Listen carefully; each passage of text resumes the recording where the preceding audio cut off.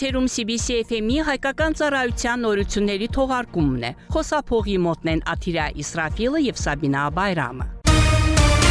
Խորվաթիայի նախագահ Զորան Միլանովիչը նամակ է հղել Ադրբեջանի նախագահ Իլհամ Ալիևին։ Այս մասին տեղեկատվությունը զետեղված է Ադրբեջանի նախագահի պաշտոնական կայքում։ Նամակում Զորան Միլանովիչը շնորհավորել է Իլհամ Ալիևին ծննդյան օրվա կապակցությամբ եւ վստահություն հայտնել, որ Խորվաթիան եւ Ադրբեջանը կշարունակեն ամրապնդել եւ խորացնել իրենց փոխադարձ բարեկամությունն ու երկկողմ կապերը, ինչպես նաեւ զարգացնել տնտեսական համագործակցությունը։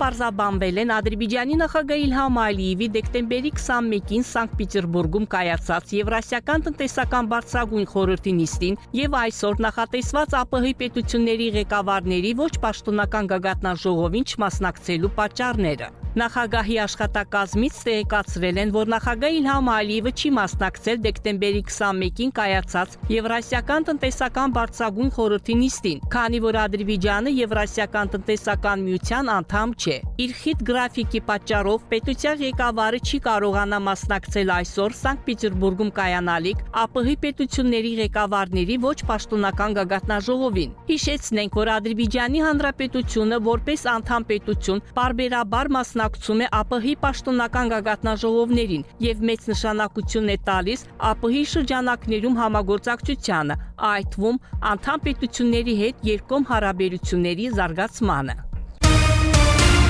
Տեղ ունեցող բարենբաստի եւ կառուցողական փոփոխությունները նոր հնարավորություններ են ստեղծում մեծ տարածաշրջանի բոլոր երկրների համար։ Այս մասին հայտարարել է Հայաստանի վարչապետ Նիկոլ Փաշինյանը Սանկտ Պետերբուրգում ընթացող Եվրասիական տնտեսական բարձրագույն խորհրդի ընդլայնված կազմով նիստի ժամանակ։ Այս կապակցությամբ երախտագիտությունն եմ հայտնում Ադրբեջանի Հանրապետության նախագահ Իլհամ Ալիևին։ Ադրբեջանի տարածքով դեպի Հայաստան բերների տարանցումն ապաշրջափակելու որոշման, ինչպես նաև երկկողմ արևտուր սկսելու համար պայմաններ ստեղծելու համար։ Սա տարածաշրջանում խաղաղության եւ կայունության հաստատման շրջանակում առաջին կարևորագույն ձեռքբերումներից մեկն է, ասել է Նիկոլ Փաշինյանը։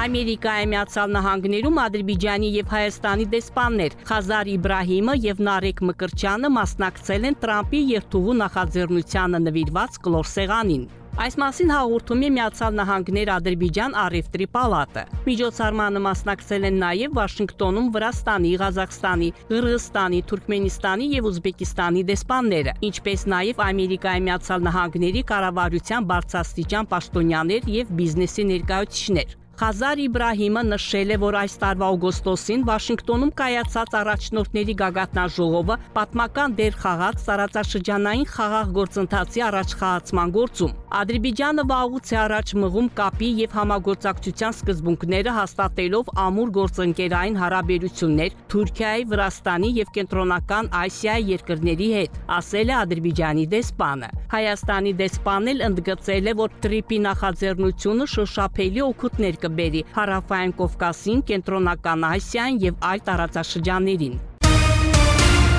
Շվեդական դիպլոմատիկ Word Sweden կայքը հրապարակել է վերլուծական հոդված Հայաստանի եւ Ադրբեջանի միջև հարաբերությունների կարգավորման եւ այս գործընթացի նկատմամբ Եվրոպայի աճող հետաքրքրության վերաբերյալ։ Հոդվածում նշվում է, որ տասնամյակներ տևած դիմակայունությունից, փակ սահմաններից եւ ավերված ենթակառուցվածքներից հետո Հարավային Կովկասը աստիճանաբար մտնում է նոր փուլ։ Սա հանկարծակի հաշտեցում չէ, այլ աստիճանական մերձեցում, հիմնված պրագմատիկ տնտեսական համագործակցության վրա։ Այս փոփոխությունների խորհրդանիշներից մեկը ադրբեջանական վառելիքի երկաթուղով Հայաստան մատակարարումն է, տասնամյակների ընթացքում առաջին անգամ։ Հեղինակները շեշտում են, որ տրանսպորտային եւ էներգետիկ կապերի վերականգնումը դիտվում է որպես կողմերի միջև վստահության կառուցման կարևոր տարր։ Այս գործընթացը ուշադիր հետևում են Բրյուսելում, որտեղ Երևանի եւ Բաքվի միջև բարելավված հարաբերությունները ընկալվում են որպես Հարավային Կովկասի միջոցով Եվրոպայի եւ Ասիայի միջև նոր տրանսպորտային, առևտրային եւ էներգետիկ միջանցքներ ստեղծելու հնարավորություն։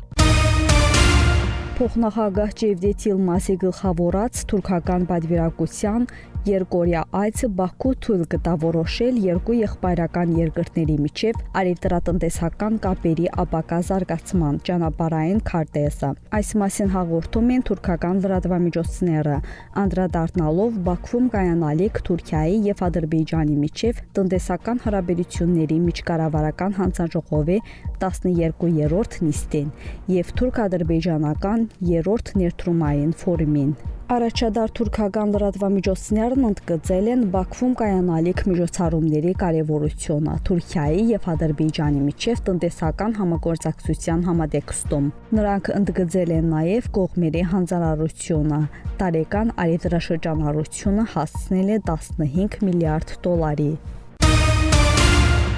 2025 թվականի նոյեմբերի 30-ի դրությամբ վերակառուցման եւ զարգացման եվրոպական բանկի ներկայիս վարկային պորտֆելը Ադրբեջանում գնահատվում է 906 միլիոն եվրո։ Բանկի տվյալներով պորտֆելի 40%-ը բաժին է ընկնում մասնավոր հատվածին, ընդ որում ներկայումս գործում է 34 նախագիծ։ Միայն 2025 թվականին բանկը ֆինանսավորել է 8 նախագիծ, ընդհանուր 69 միլիոն դոլարի չափով։ Վերակառուցման եւ զարգացման եվրոպական բանկի տվյալներով ներկայիս պորտֆելի մեծ մասը 91%-ը ֆինանսավորում է կայուն ենթակառուցվածքների զարգացումը, 6%-ը բաժին է ընկնում ֆինանսական հաստատություններին, իսկ եւս 3%-ը կորպորատիվ հատվածին։ Դուք լսեցիք CBC FM-ի լուրերի թողարկումը, հետևեք մեր լուրերի հաջորդ թողարկումներին։ Իսկ այժմ եղանակի մասին։ Բաքվում եւ Աբշերոնի թերագողզում սպասվում է փոփոխական անբավարարություն, հիմնականում առանց ստեղումների եղանակ,